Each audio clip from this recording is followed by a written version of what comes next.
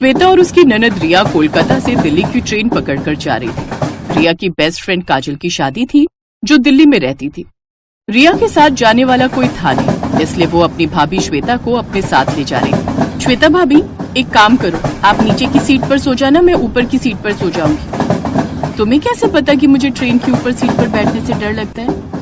मेरी प्यारी भाभी, मुझे ये बात रवि भैया ने पहले ही बता दी थी जब ट्रेन की टिकट बुक की थी। पर तुम्हें तो कोई प्रॉब्लम नहीं होती ना ट्रेन के ऊपर की सीट पर सोने से?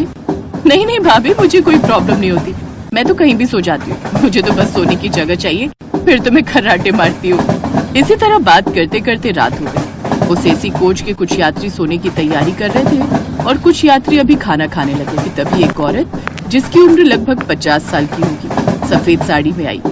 वो बहुत ही खुश दिख रही थी। वो उस डिब्बे के यात्रियों के साथ खूब घुल मिल कर बातें कर रही थी।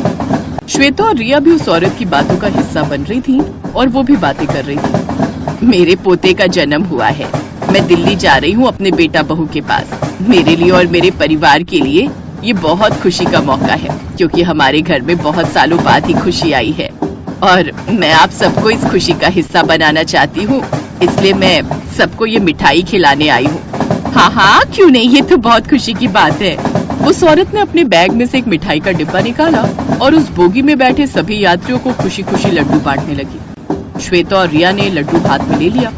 ट्रेन में मौजूद ज्यादातर यात्रियों ने लड्डू खा लिया और थोड़ी देर में सभी को भारीपन और नींद महसूस होने लगी। लोग अपनी अपनी सीटों पर लेट गए। श्वेता को भी नीचे की सीट पर लेटते ही नींद आ गई, लेकिन रिया जो अपनी ऊपर वाली सीट पर थी वो सोने की कोशिश करने लगी, पर उसे नींद नहीं आ रही थी। वो अपना फोन चलाने लगी।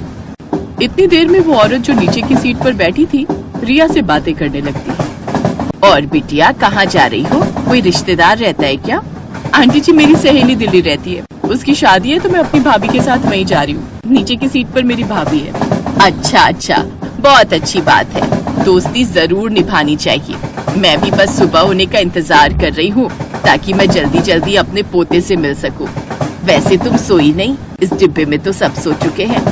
जी आंटी, बस मुझे ना थोड़ी देर फोन चलाकर सोने की आदत है, ऐसे मुझे नींद नहीं आती, और वैसे भी ट्रेन के ऊपर की सीट है ना तो हिलती रहती है, तो नींद बहुत मुश्किल से आती है। अच्छा अच्छा, चलो मैं तो सो रही हूँ, तुम भी सो जाओ, ज्यादा देर फोन चलाना अच्छी बात नहीं। जी आंटी जी, बस सोने ही लगी हूँ। कुछ देर बाद वो औरत भी अपनी सीट पर सो जाती है। रिया भी सोने लगती है। तभी उसे कुछ याद आता है, अरे आंटी जी ने जो लड्डू दिया था वो तो मैंने खाए नहीं, लड्डू खा लेती। श्वेता भाभी तो खर्राटे मारकर सो रही है, लगता है सारी नींद आज ही पूरी कर लेंगी। वैसे थक भी तो बहुत गई है, मेरे लिए कितना करती है भाभी। आज मेरी सहेली की शादी है, मेरे साथ आने के लिए फौरन हाँ कह दिया। बहुत सोचती है मेरे बारे में। रिया जैसे ही लड्डू खाने लगती है, अचानक उसे कुछ अजीब सा महसूस होता है। वो देखती है कि जो महिला लड्डू बांट रही थी वो सोते हुए अचानक उठी है। रिया को लगा शायद वॉशरूम जाने या पानी पीने के लिए वो महिला उठी होगी, पर ऐसा नहीं था। क्या आंटी जी सामने बैठे लोगों के बैग को ऐसे इधर उधर हाथ लगाकर क्यों देख रही हैं? मुझे कुछ गड़बड़ लग रही है। इन आंटी की नीयत कुछ ठीक नहीं, मुझे इन पर नजर रखनी होगी, मुझे चौकन्ना रहना होगा। इन्हें ये नहीं पता चलना चाहिए कि मैं जाग रही हूँ, मुझे सोने का नाटक करना होगा। हाँ जरूर ये कुछ गलत करने वाली है, मुझे इन्हें रंगे हाथों पकड़ना होगा।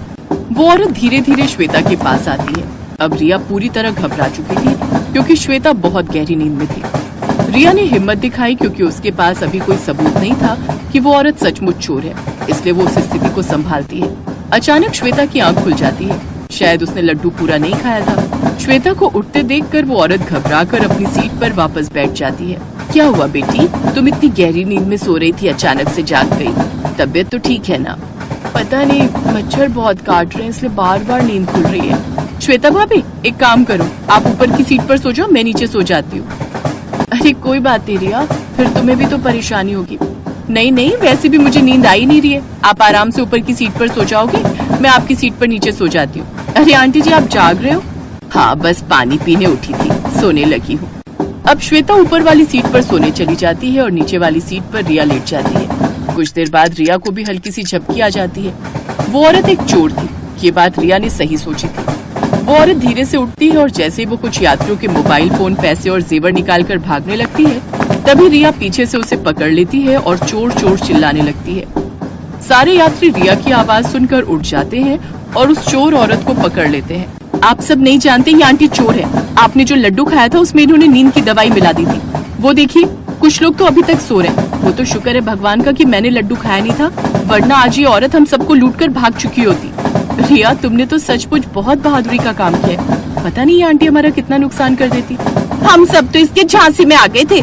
सच बताओ, क्या सचमुच तुम अपने बेटा बहू से मिलने जा रही हो या किसी गैंग का हिस्सा हो? अब तक ट्रेन दिल्ली रेलवे स्टेशन पर रुक चुकी थी, तभी पुलिस आ जाती है। रिया जी, थैंक यू सो मच हमें कॉल करने के लिए। आपने हमें इमरजेंसी में कॉल मिलाकर बहुत अच्छा काम किया। हम इस ठग औरत को काफी समय से तलाश रहे थे। ये अकेली नहीं है, इसके और भी साथी ट्रेन पर ऐसे ही लोगों को लूटते हैं। मुझे छोड़ दो, मैंने कोई चोरी नहीं की। हर चोर ऐसे ही कहता है। चलो अब अपने साथियों के बारे में थाने में चलकर बताना। मेरी प्यारी ननद तो बहुत बहादुर है। I am proud of you. Thank you भाभी, बस कोई नुकसान नहीं हुआ, मुझे इसी बात की बहुत तसल्ली है। अब आगे से सबको ये सबक मिल गया है कि हमें अपना ख्याल रखना चाहिए। ना जाने कैसे कैसे बनावटी लोग सफर के दौरान कब टकरा जाए, कुछ नहीं पता। सही कहा बिटिया तुमने। आज का ये दिन हम सबको हमेशा याद रहेगा। बहुत बहुत धन्यवाद बिटिया, हमेशा खुश रहो। ट्रेन के उस सफर ने श्वेता और रिया के साथ साथ सबको एक मैसेज भी दिया कि हमें यात्रा के दौरान हमेशा सतर्कता बरतनी चाहिए, क्योंकि छोटी सी लापरवाही से बड़ी मुसीबत खड़ी हो सकती है। सुरक्षा और सावधानी से ही हम खुद को और दूसरों को किसी भी अनहोनी से बचा सकते हैं।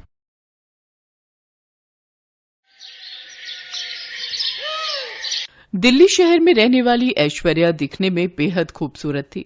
अपने माता पिता धर्मेंद्र और हेमा की वो इकलौती बेटी थी, जिस वजह से वो उनकी बेहद लाडली थी। ग्रेजुएशन पूरी होने के बाद उसके माता पिता उसकी शादी के लिए लड़का ढूंढने लगे। मेरी बेटी अब जवान हो गई है, अब उससे शादी करके दूसरे घर जाना होगा, लेकिन मेरा तो ये सोच सोच कर ही बुरा हाल हो रहा है कि उसके जाने के बाद उसके बिना हम कैसे रहेंगे जी।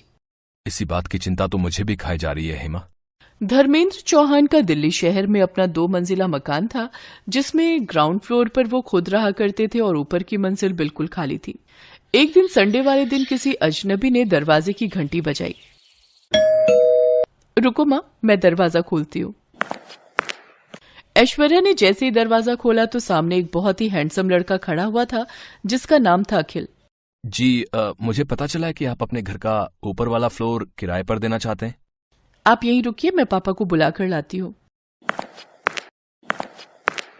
हाँ, क्या बात है, बताओ। अंकल, वो एक्चुअली मैं अपने पेरेंट्स के साथ 2 दिन पहले ही इस शहर में आया हूँ। मेरी यहाँ नई नई जॉब लगी है, तो मुझे आपका घर किराए पर चाहिए था। लेकिन बेटा, मुझे अपना घर किराए पर देने में कोई इंटरेस्ट नहीं है। अरे दे दीजिए ना, देखो तो बेचारा कितना मासूम लगता है। और वैसे भी कल को जब ऐश्वर्या ब्याह करके चली जाएगी, तब हम इस घर में अकेले ही रह जाएंगे, तो कम से कम और कोई होगा तो मन तो लगा रहेगा ना। आंटी जी, आपने बिल्कुल ठीक कहा। जब आपकी बेटी शादी करके चली जाएगी तो मैं आपका मन अच्छे से लगा कर रखूंगा, आपको बिल्कुल भी बोर नहीं होने दूंगा। अरे वाह बेटा, तुम तो बहुत अच्छी बातें करते हो और जल्दी घुल मिल भी जाते हो। एक काम करो, तुम अपने पेरेंट्स के साथ कल ही ऊपर वाले फ्लोर पर रहने आ जाओ, मैं तब तक साफ सफाई करवा कर रखूंगी। अरे नहीं आंटी जी, आपको परेशान होने की बिल्कुल भी जरूरत नहीं है, मैं खुद ही आकर सारी साफ सफाई कर लूंगा। अगले ही दिन अखिल अपनी माँ आशा और पिता रमेश के साथ उनके घर में शिफ्ट हो जाता है। अखिल स्वभाव का बहुत ही अच्छा लड़का था। अपनी चुलबुली बातों और हंसते हुए चेहरे से वो सबका मन जीत लेता था। हेमा चौहान को अखिल बहुत पसंद आता है। अब अखिल को उस घर में रहते हुए कुछ दिन बीत चुके थे। एक शाम हेमा अपने पति धर्मेंद्र से कहती है, अखिल कितना प्यारा लड़का है ना। हाँ, आजकल के जमाने में भला ऐसे लड़के मिलते कहाँ हैं। अपने माता पिता को खाना तक बनाकर खिलाता है। अजी, खाने की क्या बात करते हो, जब उसकी मेड नहीं आती तो वो घर का भी सारा काम खुद ही करता है। हमारी बेटी को भी काश ऐसा ही कोई लड़का मिल जाए। ऐसा ही कोई क्यों, अपना अखिल बुरा है क्या? लेकिन वो तो हमारे किराएदार हैं। हाँ, तो ये तो अच्छी बात है ना, इससे हमारी बेटी भी अपने पास ही रहेगी।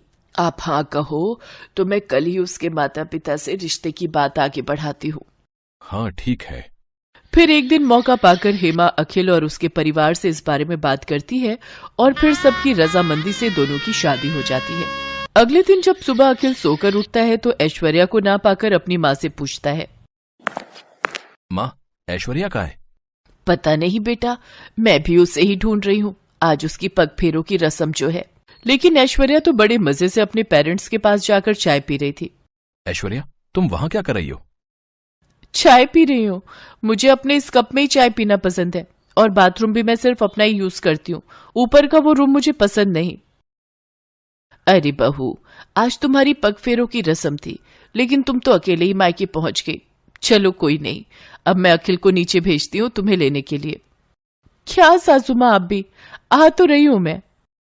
इसके बाद आशा उसे पहली रसोई बनाने के लिए कहती है, लेकिन 5 मिनट के अंदर ही ऐश्वर्या हलवा लेकर पहुंच जाती है। अरे वाह, हमारी बहू तो बहुत तेज है। 5 मिनट भी नहीं हुए इसे गए हुए और हलवा बनाकर ले आई। नहीं पापा जी, ये तो नीचे मम्मी ने बनाया था तो मैं ऊपर ले आई। बहू, अब वो तुम्हारा मायका है और ये तुम्हारा ससुराल। हाँ तो क्या फर्क पड़ता है। अच्छा वो सब छोड़िए और ये बताइए कि आप इस महीने का किराया कब दे रहे हैं। पापा ने कहा था आपसे पूछ लूं। लेकिन बहू, अब तो हम रिश्तेदार हैं, क्या अभी भी तुम्हारे पापा हमसे किराया लेंगे? हाँ पापा जी, मेरे पापा ना हिसाब के एकदम पक्के हैं। अगर आप नहीं दोगे तो वो मुझसे मांग लेंगे, क्योंकि अब मैं इस घर की बहू जो हूं। ऐसे ही एक रोज जब ऐश्वर्या और निखिल अकेले में बैठकर बातें कर रहे होते हैं तो ऐश्वर्या की माँ उसे आवाज देकर नीचे बुला लेती है। ऐश्वर्या बेटी, कहाँ हो तुम? जल्दी से नीचे आ जाओ। कहाँ जा रही हो? अब ये तुम्हारा ससुराल है। मैंने तुमसे कहा था ना कि मुझे नींद अपने कमरे में ही आती है। इतना कहकर वो वहां से चली गई। अगले दिन अखिल घर का राशन लेने जा रहा था तो हेमा ने भी उसे अपनी लिस्ट पकड़ा दी। अरे दामाद जी, जरा ये मेरा भी राशन लेते आना। ठीक है आंटी, मेरा मतलब है सासू माँ। ऊपर वाले फ्लोर पर खड़े रमेश और आशा ये सब देख रहे थे। हे राम, ये ऊपर ससुराल और नीचे मायके में न जाने और क्या क्या दिन देखना पड़ेगा। ऐसे ही कुछ दिन बीत जाते हैं और ऐश्वर्या प्रेग्नेंट हो जाती है। घर में सभी ये जानकर बहुत खुश थे। देखते ही देखते उसे 7 महीने पूरे हो जाते हैं। उफ, यहाँ ऊपर वाले फ्लोर पर तो कितनी गर्मी है, एसी तक नहीं है यहाँ। मुझे ना इस प्रेगनेंसी में ये गर्मी बर्दाश्त नहीं हो रही, इसलिए अब मैं कुछ महीने अपने मायके, मेरा मतलब है नीचे ही रहूंगी, और जब बच्चा पूरे 3 महीने का हो जाएगा तभी ससुराल मतलब ऊपर आऊंगी। लेकिन ऐश्वर्या, ये बात ठीक नहीं है। कोई बात नहीं बेटा, जाने दे बहू को, ऐसी हालत में इसे परेशान ना कर। और ये 4 सीढ़ी नीचे तो जा रही है, जब तेरा दिल करे मिलाए कर इससे। नहीं मम्मी जी, ये बात ठीक नहीं। अखिल 10 दिन में एक बार मिलने आ सकते हैं। अरे आखिरकार वो मेरा मायका है ना, अखिल जी का रोज रोज वहां आना अच्छी बात नहीं। ठीक है बहू, जैसा तुम्हें ठीक लगे।